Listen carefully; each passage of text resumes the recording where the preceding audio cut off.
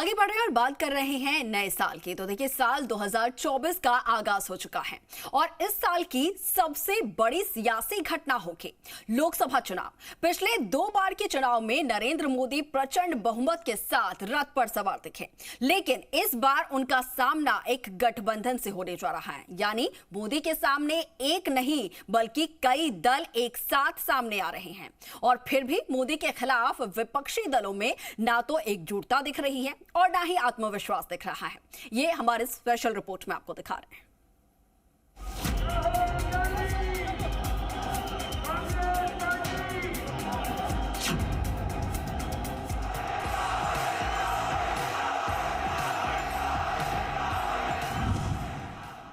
भारत का वोटर ये जानता है कि जब भारत आगे बढ़ता है तो राज्य आगे बढ़ता है, हर परिवार का जीवन बेहतर होता है। इसलिए वो बीजेपी को चुन रहा है, लगातार चुन रहा है।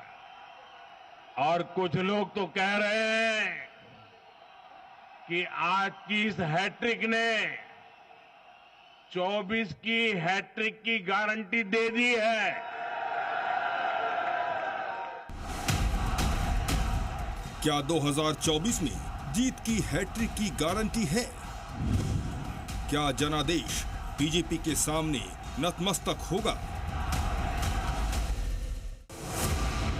ये प्रधानमंत्री मोदी की हुंकार है। हिंदी पट्टी के 3 राज्यों में जीत की हैट्रिक के बाद जब चारों तरफ बीजेपी का जश्न चल रहा था, तो पीएम मोदी ने दिल्ली के बीजेपी मुख्यालय में 2024 के लोकसभा चुनाव में जीत की हैट्रिक की भी गारंटी दे दी। मोदी ने ये जता दिया कि अब की बार फिर से मोदी सरकार। मध्य प्रदेश, राजस्थान और छत्तीसगढ़ में जीत से बीजेपी गदगद है। तभी पार्टी ने 2024 के लोकसभा चुनाव को लेकर लकीर खींच दी। भरोसा ये कि आजादी के अमृत काल में विकसित भारत का जो संकल्प हमने लिया है, उसे जनता जनार्दन का लगातार आशीर्वाद मिल रहा है। आज दुनिया देख रही है कि भारत का लोकतंत्र और भारत का वोटर दोनों कितने परिपक्व हैं, कितने मैच्योर हैं। आज दुनिया देख रही है कि भारत की जनता पूर्ण बहुमत के लिए, स्थिर सरकार के लिए सोच समझ करके वोट कर रही है। 5 राज्यों के विधानसभा चुनाव को 2024 के लोकसभा चुनाव से ठीक पहले सेमीफाइनल के तौर पर देखा जा रहा है, क्योंकि इन राज्यों में अच्छी खासी लोकसभा की सीटें हैं जो कि किसी भी राजनीतिक पार्टी को सत्ता में लाने के लिए काफ़ी मानी जाती है। ऐसे में बीजेपी की क्या होगी चुनावी स्ट्रेटजी और बीजेपी का क्या होगा सक्सेस टूल? 2023 के चिलचिलाती गर्मी में कर्नाटक विधानसभा चुनाव में बीजेपी का क्या हाल हुआ, सबने देखा। करारी हार के बाद बीजेपी के नेताओं का जोश डाउन था, तो पिछले साल हिमाचल प्रदेश में भी कांग्रेस ने बीजेपी को सत्ता से बेदखल कर दिया था। ऐसे में 2024 के लोकसभा चुनाव में उसकी क्या स्थिति होगी, ये सवाल हर किसी के मन में कौंध रहा था। खुद सियासत के भविष्यवक्ता बीजेपी की भविष्यवाणी कर चुके थे, लेकिन 3 राज्यों में जबरदस्त जीत के बाद 2024 की उनकी भविष्यवाणी भी बदली लग रही है। मेरे हिसाब से बीजेपी ने सेमीफाइनल जीत लिया है, बहुत स्पष्ट है। Why I am saying this is, आप ये देखिए कि हमारा वोटर आज बहुत परिपक्व है। उन्होंने एक बहुत बड़ा काम किया है। कांग्रेस की जितनी कमियां थीं और कांग्रेस के साथ इंडिया अलायंस की जो कमियां थीं उसको उन्होंने सामने लाके खड़ा कर दिया है। 10 वर्षों में जो भी किया है बीजेपी ने या मोदी जी ने, अगर वो अच्छा नहीं होता तो अभी वो 3 राज्य इस तरह से नहीं जीतते। एक जो लाभार्थी वर्ग क्रिएट किया है, मोदी के आने के पहले समाजवाद का नारा दिया जाता था। मोदी जी ने समाजवाद का नारा नहीं दिया, लेकिन वामपंथ और कांग्रेस का जो सोशलिज्म था उसको धीरे से निकाल लिया। 2024 एक चुनौतीपूर्ण हो सकता है इस दृष्टि से, क्योंकि मामला इतना आसान नहीं है जितना 3 राज्यों के चुनाव के बाद लग रहा है। मैं इस बात को इस वजह से भी कहता हूं कि इन 3 राज्यों में जो राजस्थान, छत्तीसगढ़, मध्य प्रदेश हैं, वहां से लोकसभा की 65 सीटें आती हैं और 65 में से इस समय भी भारतीय जनता पार्टी के पास 62 सीटें हैं। यानी कि अगर ये सारी की सारी सीटें भी जीत लें तब भी बीजेपी को लोकसभा चुनाव में सिर्फ 3 सीटों का फायदा हो रहा है। बीजेपी की जीत का टूल किट क्या है? बीजेपी कैसे तैयार करती है जीत का ब्लूप्रिंट? इसे समझने के लिए सबसे पहले बात करते हैं सीआर पाटिल की। गुजरात में बीजेपी की बड़ी और ऐतिहासिक जीत की पगड़ी उन्हीं के माथे है। ऐतिहासिक जीत के लिए जब दिल्ली में पीएम मोदी का अभिनंदन किया गया तो उन्होंने जीत का श्रेय सीआर पाटिल को दे दिया। तो समझिए बीजेपी का सक्सेस टूल। कमजोर सीट को टारगेट पर रखो, कमजोर सीट पर मजबूत कैंडिडेट उतारो, गुजरात मॉडल अपनाओ, नए चेहरे को मौका दो, वोट पाने के लिए वोटरों को बूथ तक लेकर आओ। हारते हुए स्टेट में भी वो धुआंधार बैटिंग करते हैं, इसमें कहीं कोई, और उनको पूरा समर्थन मिलता है, जो सबसे बड़ा फैक्टर है बीजेपी के लिए। ग्राउंड लेवल की जो सपोर्ट मिलती है, आरएसएस की ऑर्गेनाइजेशनल स्किल वो बहुत गजब की है, अनमैचेबल है। कांग्रेस के पास उस स्तर का कोई ना तो आज कार्यकर्ता बचे हैं, ना उस तरह की लीडरशिप बची है, ना उस तरह की स्ट्रेटेजी एडवाइजर्स भी उनके पास कहाँ हैं, अनफॉर्चुनेटली। बात प्रैक्टिकल होनी चाहिए, काम की होनी चाहिए। लाभ बताना नहीं पड़ता, लाभ महसूस किया जाता है, और जनता जब लाभ महसूस करती है, एक माँ जो चूल्हे जला करके आंखें पथरा गई, जिसे एक सिलेंडर किसी ने दे दिया, तो जीवन भर इस एहसान को नहीं भूलेगी। उसके लिए तो वो सेंटा क्लास है मोदी। आज की तारीख में बीजेपी का एकमात्र चेहरा है मोदी, ब्रांड मोदी। तभी 3 राज्यों के विधानसभा चुनाव में पार्टी ने बिना किसी सीएम फेस के मैदान जीत लिया और अब ये पार्टी की स्ट्रेटजी का एक हिस्सा बन गया। साल 2024 के लोकसभा चुनाव में जहां विपक्ष सिर्फ और सिर्फ जीत के लिए लालायित है, तो वहीं बीजेपी 350 प्लस सीट जीतने का दावा कर रही है। पीएम मोदी ऐसे ही ब्रांड नहीं बने, उन्होंने वैश्विक मंच पर हर बार उभरते भारत और बढ़ते भारत का दम दिखाया। 2023 में पीएम मोदी ने योग में विश्व रिकॉर्ड बनाया, दुनिया को बताया क्या है मोटे अनाज का महत्व, नाम रखा श्री अन्न। तो सेनेगल स्थापना समारोह के साथ देश के नए संसद भवन का अनावरण किया।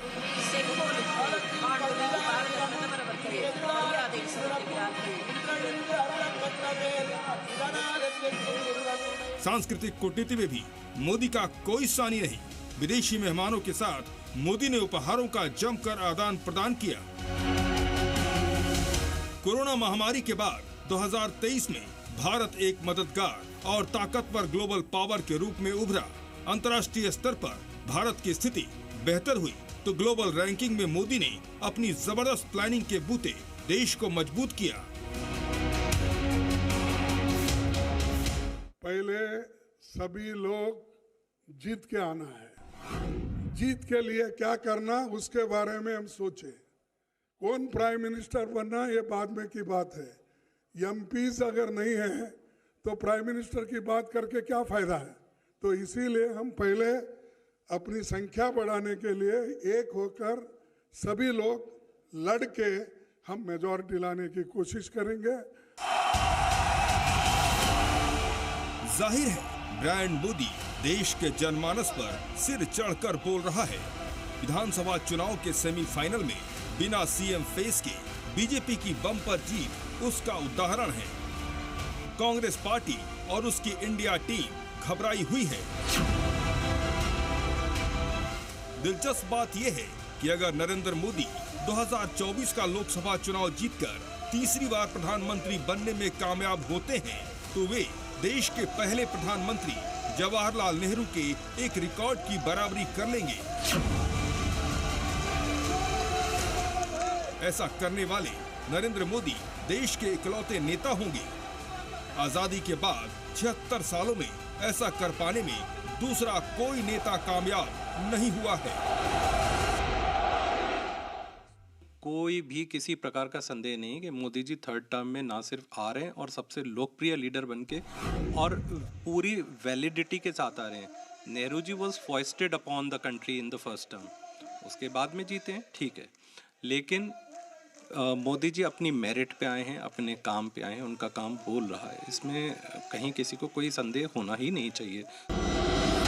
कैसे होगी नेहरू के रिकॉर्ड की बराबरी? इतिहास के पन्नों में ये रिकॉर्ड है लगातार तीसरी बार लोकसभा चुनाव जीतने का। आजाद भारत में जवाहरलाल नेहरू ही ऐसे नेता हैं जिन्होंने लगातार अपनी अगुवाई में 3 बार लोकसभा चुनाव जीता है। ये चुनाव है 1952, 1957, 1962। 1952 में देश में आजादी के बाद पहली बार लोकसभा चुनाव हुए थे जिसमें कांग्रेस ने जबरदस्त सफलता हासिल की थी, लेकिन ऐसा लग रहा है कि अब उनके रिकॉर्ड के बराबरी की बारी आ गई है। कुछ इसी तरह नरेंद्र मोदी ने भी पहली बार 2014 में चुनाव जीता और दूसरी बार 2019 में। मैं नरेंद्र दामोदर दास मोदी दोनों ही बार बीजेपी ने अकेले दम पर बहुमत हासिल किया। अब नरेंद्र मोदी के लिए तीसरी बार लोकसभा चुनाव की अहम लड़ाई का बिगुल बज चुका है। विश्व का सबसे लोकप्रिय नेता। पक्ष और विपक्ष दोनों ही जबरदस्त चुनावी तैयारियों में लगे हुए हैं। सवाल फिर वही है कि क्या प्रधानमंत्री नरेंद्र मोदी जवाहरलाल नेहरू के रिकॉर्ड की बराबरी करने में कामयाब होंगे, या फिर राहुल गांधी का वो दावा सच होगा जो वो बार बार कह रहे हैं कि इस बार विपक्षी गठबंधन एनडीए के गठबंधन को पटखनी देने में कामयाब होगा। क्या ये सभी साबित हो सकता है? जरा सोचिए। क्या खरगे वर्सेस मोदी होगी जंग? जी हाँ, यही वो स्ट्रैटेजी है जो इंडिया गठबंधन के लिए संजीवनी साबित हो सकती है। हिंदी पट्टी के 3 राज्यों में बीजेपी की जीत और दक्षिण में कांग्रेस की जीत के बाद क्या ये कहना सही है कि बीजेपी और कांग्रेस उत्तर और दक्षिण भारत की पार्टी बन गई है? कांग्रेस पार्टी दक्षिण में मजबूती के साथ खड़े होने का दम रखती है तो बीजेपी उत्तर में। कांग्रेस के लिए ये स्ट्रैटेजी कैसे संजीवनी साबित हो सकती है, समझिए। उत्तर भारत में मोदी की अपनी छवि है, दक्षिण भारत में खरगे की अपनी छवि। उत्तर भारत में ब्रांड मोदी बड़ा है, दक्षिण में खरगे कांग्रेस के लिए तुरुप का पत्ता। 3 राज्यों में मोदी ने जीत दिलाई, कर्नाटक तेलंगाना में जीत के पीछे खरगे का हाथ। उत्तर में मोदी की जनता में खास अपील, दलित राजनीति में खरगे की नेतृत्वकारी भूमिका। उत्तर भारत के राज्यों में मल्लिकार्जुन खरगे की विश्वसनीयता कितनी होगी ये कहना आसान नहीं है, लेकिन इसका एक सकारात्मक संदेश जरूर जाएगा और कांग्रेस के साथ साथ दूसरे दलों को इसका फायदा हो सकता है। काशीराम मायावती के बाद की राजनीति में कोई ऐसा चेहरा नहीं है जो दलितों का प्रतिनिधित्व करता हो। ऐसे में दलित समुदाय भी कहीं न कहीं दूसरे दलों की ओर आकर्षित हो रहा है। दलितों का एक बड़ा हिस्सा बीजेपी के पास भी चला गया है। खड़गे जी ने दलित राजनीति कितनी की है ये सब जानते हैं, बहुत कम है, बहुत ही कम है। उनका अपना जनाधार कितना है बहुत कम है। उनके अपने होम स्टेट में उनकी कितनी अपील है compare to the chief minister of Karnataka, सब जानते हैं। प्लस खड़गे जी में रामू काका मिल गए कांग्रेस को। दूसरी तरफ आप ये देखिए कि इंडिया अलायंस के बहुत सारे पार्टनर्स को Rahul Gandhi as a face नहीं चाहिए थे, लेकिन किस तरह से बोलें, तो उसको बोलने का एक बहुत अच्छा तरीका इन लोगों ने ये ढूंढा है कि खड़गे जी को आगे कर दो, राहुल गांधी पीछे हट जाएंगे अपने आप। प्रधानमंत्री नरेंद्र मोदी के नाम पर बीजेपी को अभी तक की सबसे बड़ी जीत दिलाने का रिकॉर्ड दर्ज है, लेकिन हिमाचल प्रदेश, बिहार, दिल्ली, पश्चिम बंगाल, कर्नाटक और तेलंगाना में वही करिश्मा नहीं दिखा। ऐसे में संभावनाएं कुछ भी हो सकती है। रविंद्र कुमार, जी मीडिया, दिल्ली।